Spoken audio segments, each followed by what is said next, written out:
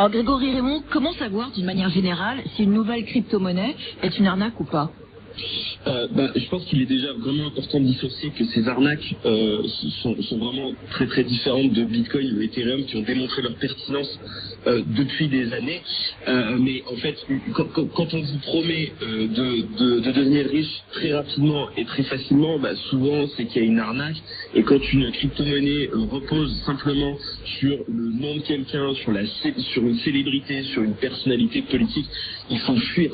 Il faut fuir. Malheureusement, on ne peut pas empêcher des petits malins d'essayer de profiter d'investisseurs crédules, mais ça doit pousser tout le monde à être très très vigilant. Et quand on veut investir quelque part, que ce soit une action d'entreprise ou une crypto-monnaie, il faut étudier, il faut savoir ce qu'il y a derrière.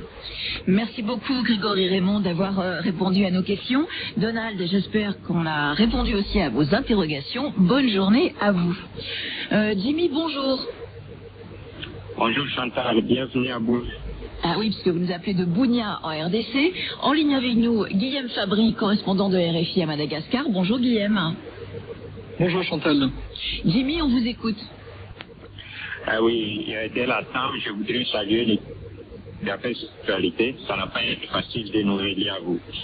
J'ai entendu que la fabrication à Madagascar, l'armée française suscite beaucoup de critiques. Pourquoi cette fabrication va-t-elle se faire sur l'île? Alors la ligne est entrecoupée, Jimmy, donc je vais répéter votre question. La fabrication d'uniformes à Madagascar pour l'armée française a suscité beaucoup de critiques récemment. Pourquoi une partie de cette fabrication va-t-elle se faire sur l'île? Guillaume Fabry.